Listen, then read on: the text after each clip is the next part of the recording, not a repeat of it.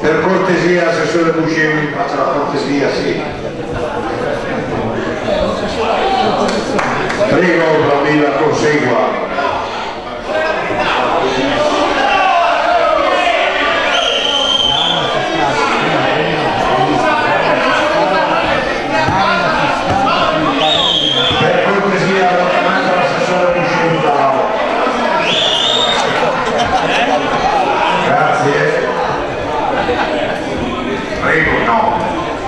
Ho terminato le iscrizioni a parlare, dopo la fila ci sono le dichiarazioni di voto.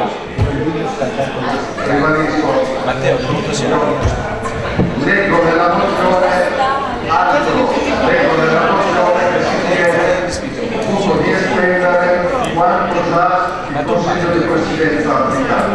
Se l'obiezione è quella che ciò potrebbe comportare un aumento dei costi per il bilancio regionale, e ribadendo che allo stato delle cose una dimostrazione né in un senso né nell'altro di questo è possibile, io propongo di emendare la mozione così come presentata, aggiungendo dopo le parole nell'ambito delle rispettive competenze le parole senza che ciò comporti un aumento dei costi a carico del bilancio regionale.